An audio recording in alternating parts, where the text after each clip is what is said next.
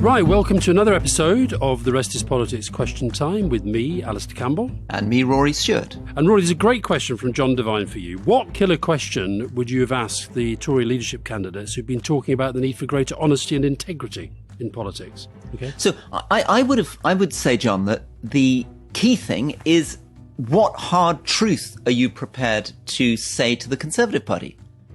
So I would want them to say, look, we are making a complete mess in Northern Ireland. This fantasy that we can have total free trade deals with the world and no border in the Irish Sea is nonsense. I'd want them to point out that we cannot be selling Thatcherite tax-cutting measures at a moment when our debt and deficit is twice as high as it was when Margaret Thatcher was running things. And I'm not seeing them demonstrating their honesty and integrity by saying uncomfortable things. No, and also they're sort of trying to distance themselves from Boris Johnson, whilst at the same time not really calling out just how bad things have been. And the other thing I think the public find a bit nauseating, they will tell each other how marvellous they are all the time. You know, they talk about, you know, these what a great set of colleagues, and this is the Conservative Party at its best. If this is the Conservative Party at its best, Rory, I'd be quite confident if I was Keir Starmer right now. But it's also very interesting, isn't it? If you think about it, the two candidates on that stage who would be more traditional, Foreign Secretary and Chancellor. But it's very interesting that the party has changed so much that three of the other candidates are not cabinet ministers. Whereas in the debate in 2019, everybody was a cabinet minister. Yeah.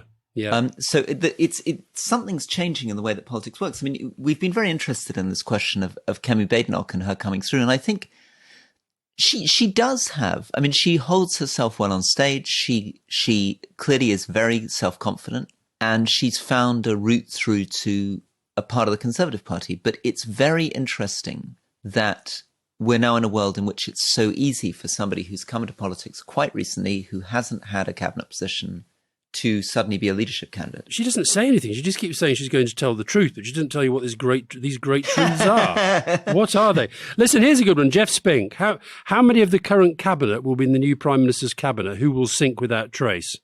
Oh, okay. So Nadine Dorries is not going to get a job. Well, she's going to the House of Lords. Yeah, absolutely, with your friend Paul Dacre. There's going to be a fantastic by-election, that one. Yeah, really good, that one. So Nadine Dorries is not going into the cabinet. Jacob Rees-Mogg is not going into the cabinet.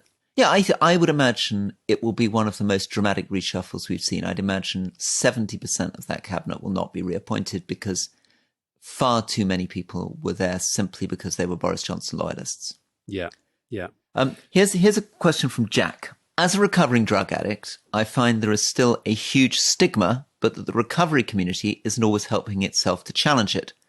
The most famous support group has Anonymous in its name, and while valuing people's rights to privacy is important, what can be done to encourage those with lived experience of addiction and recovery to speak out and improve support and outcomes for people with addiction issues? Thinking of your fantastic work with Time to Change here also, Alastair. Well, that is funny enough. I'm this book that I'm writing at the moment. I actually have a section on Alcoholics Anonymous, which I think is one of the most extraordinary stories of literally two people, Bill and Bob, coming together because one of them needed help at a point of getting through a kind of, you know, trying not to drink, and he just meeting somebody else who was trying to do the same thing, and from that grew this incredible success story around the world. And remind us of how it works. Is it there's a sort of Christian story at the beginning of it? Is there or not? The sort of faith story. Well, the 12 steps. They could look. A lot of people who use Alcoholics Anonymous don't have any faith at all.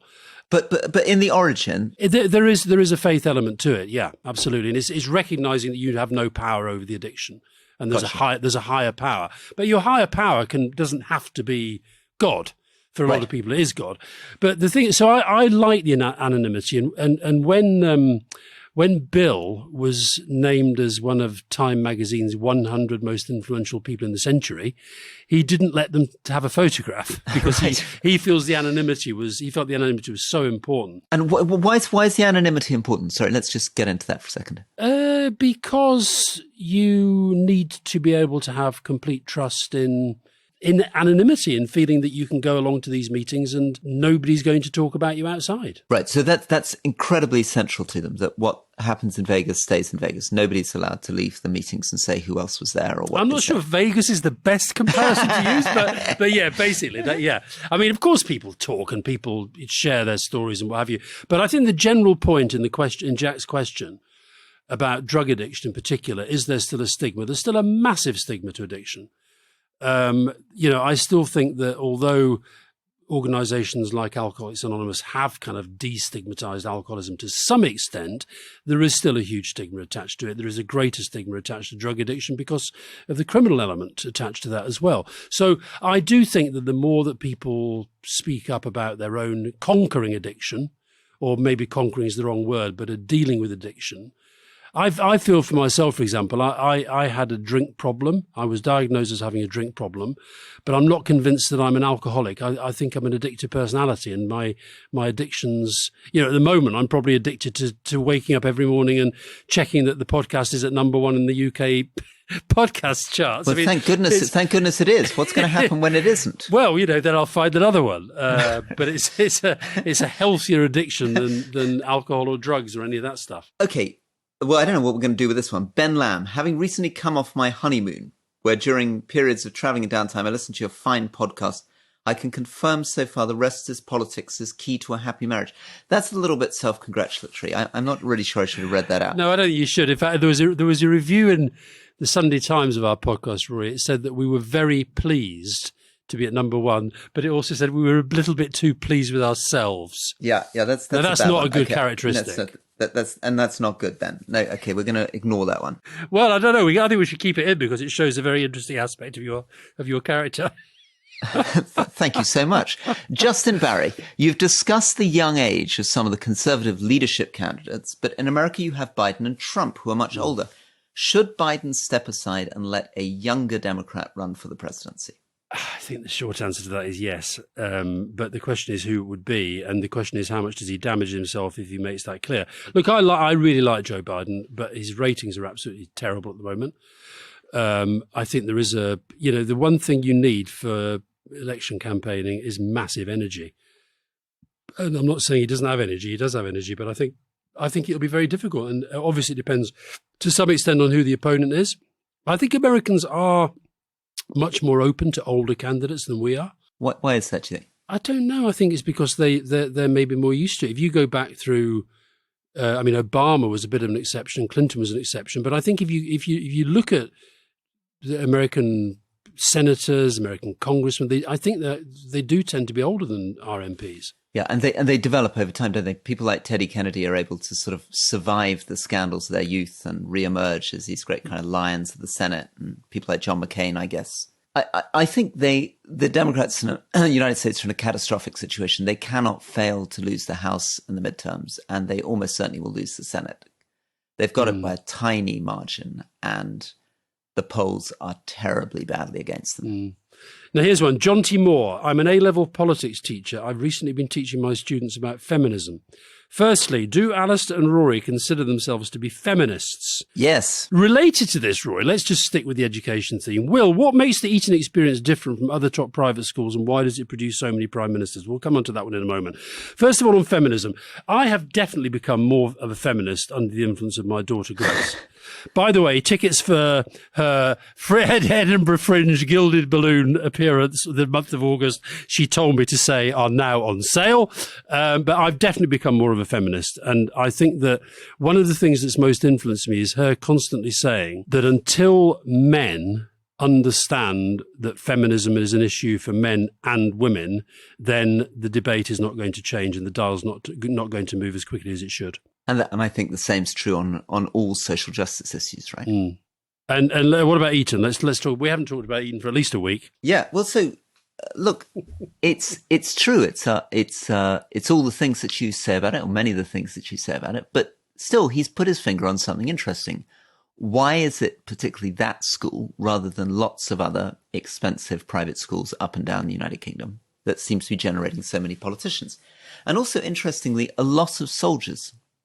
From my year at Eton, I think 50 of us joined the army. So there's something going on in that school which seems to be from the moment that you enter, directing people towards, many of them towards careers in the army, in civil service, and in politics.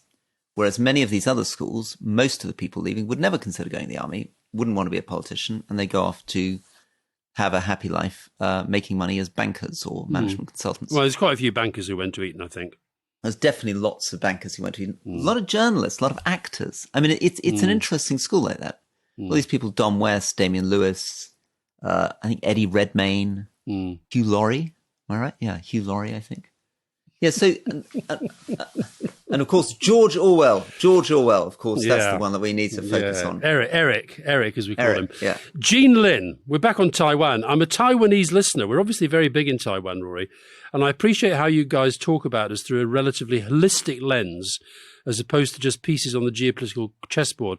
What's the most effective narrative that Taiwan should adopt in order to form a strong alliance with other democracies?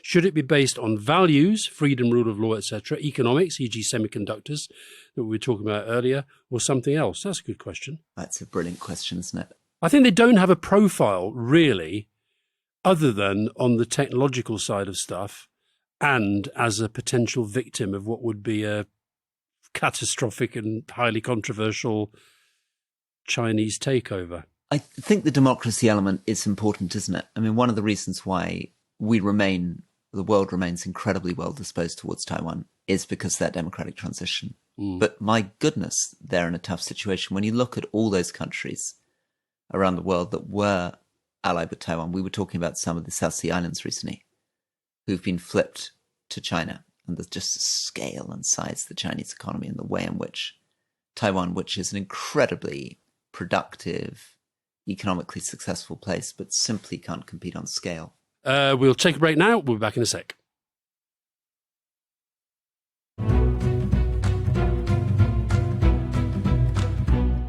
I was going to go with Richard Cassidy. So he said he really enjoyed his trip to the House of Commons, but he was really disappointed that they didn't have HP sauce in the gift shop. And he wanted to know whether you liked HP sauce or ketchup. Wow. Rory, do you know who Danny Baker is? No. Why do you, I obviously don't know who anyone is. So every question you ask me, the answer's the same. Danny Baker and Gary Lineker used to do a podcast together. And Danny Baker also used to do a show on a Saturday morning, which I listened to as I drove up the motorway to go and see Burnley. And I was once a guest on his show.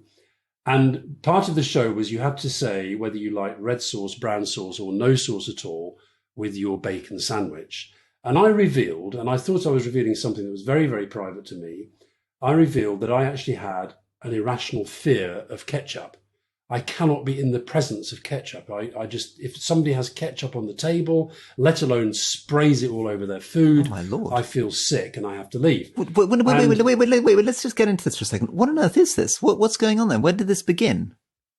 I think when I was a child, I've just never I don't like ketchup near me. My daughter Grace, when she wants to annoy me, she gets ketchup and sort of chases me around the house with a bottle of ketchup. Wait. This was something that was true when you were sort of 5, 6 years old and you haven't managed to shake it. No, it's been worse as an adult, but I didn't like ketchup as a child. And but as an adult, I literally can't even be near it. Why do you think you don't like it?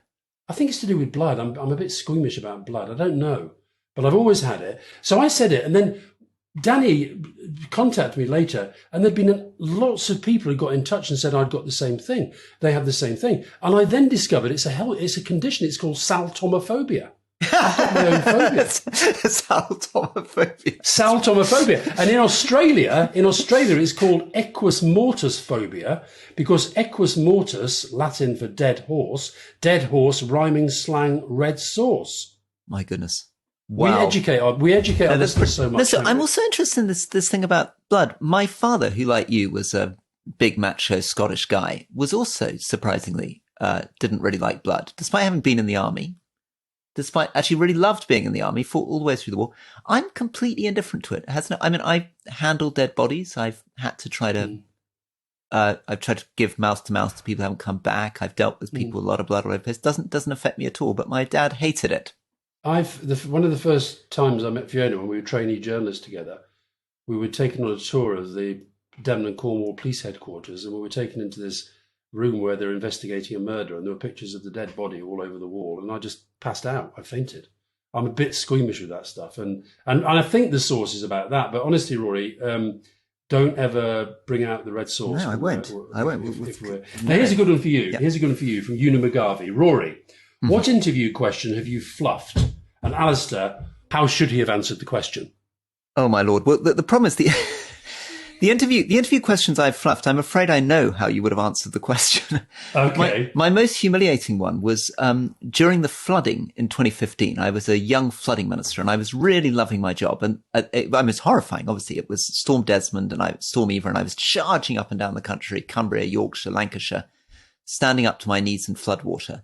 And I thought I'd really got my head around the detail. I felt, I knew more about floods than Dean Doris knows about rugby league. And it was all going very well. And then eventually, a television interviewer, it's about sort of 7 a.m, just before dawn in Carlisle's winter, asks me what's going on. And I said, well, the fact is, you see, these walls that we've built, these 2-meter walls, flood walls that we built, are working really, really well. The only problem is that the water's come over the top of them. And and from then onwards, as you can imagine, straight into Have I Got News for You next week, the most hapless, idiotic Tory minister. Oh, yeah. My Lord. I'm not even, well, as you say, you know what I would say. Yeah. You should have said. That is pretty low grade. Rory, what about this one? Which political cliche do you hate the most? Oh, I hate them all. I really hate them all. I mean, to be serious, I actually get a little disturbed about all the parties talking about equality all the time, because I'm not sure that actually, to be rude, any of them really mean equality. If they were really serious about real equality, we'd have a completely different economic system. I mean, to be honest, if you look, Labour keeps saying they're committed to equality, but actually, if you look at their taxation system, if you look at the kind of stuff they're proposing economically, they're not really in favour of radical equality at all. Another one that annoys me is sustainability, because it can mean 3 different things. It can mean financial sustainability, it can mean environmental sustainability, or it can just mean it's a good thing. And it's a way I felt with civil service just sort of killing a conversation. Somebody would say, yes, but how about sustainability? And everyone kind of stroke their chin and look wise. What do you hate in jargon? I loathe a raft of measures. Yeah, okay. I loathe game changer. Very good. And one of the things that I can't stand, and this is more a media thing, is when they say in his most personal interview yet, or in his most difficult week yet. When everything has to be a sort of superlative. Now, Richard Eccles, by the way, I couldn't find a random item just now. I looked everywhere. My wife employed the Rory Stewart protocol. It'll be in the original place. I looked again. I found it in 2 seconds. No wonder you're the #1 podcast. Actually, Alastair, this is probably the most serious contribution I've ever made to humanity.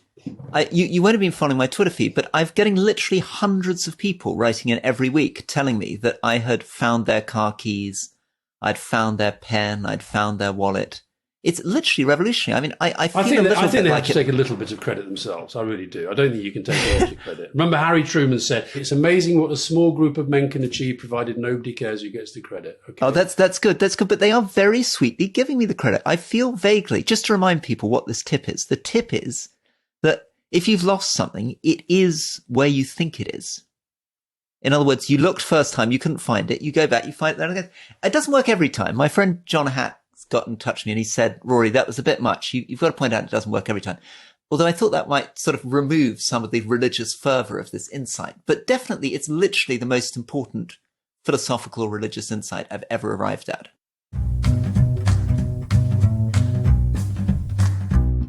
Final quick one. Katie Bott, in which city would you choose to have a street named after you? Oh, brilliant. Where would you like to have Rory Stewart Street, Rory? Oh, goodness gracious me. I'd love it in Kabul. And I guess with you, the answer's got to be Tirana, right? It might be Tirana, maybe Pristina.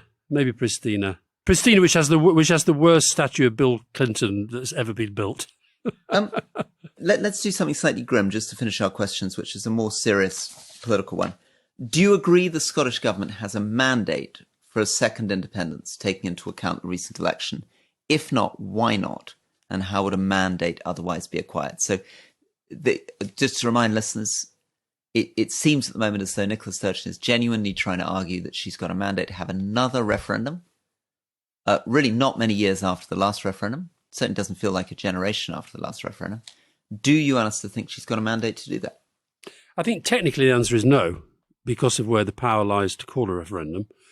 The question then is whether politically she has that, and I think I'm not convinced. Has the debate shifted so significantly? I don't know. You're living up there at the moment. What's your view? Unless she can show a much bigger chunk of the Scottish population, if it remains that as a sort of marginal call, where actually in many polls it's showing that a minority of people are now in favour of independence, I think it's very difficult for her to call for a second referendum, having said it's a once in a generation opportunity. Final question that I got here, just while we're rolling. Somebody very, very kindly called Catherine Malek said she just finished reading The Places in Between. Yes, I know, super late. Have a question for Rory. 20 years later, how does he think those villages he walks through will have changed, if at all? And I've been thinking about this. I walked across Iran, Afghanistan, Pakistan, India, and Nepal.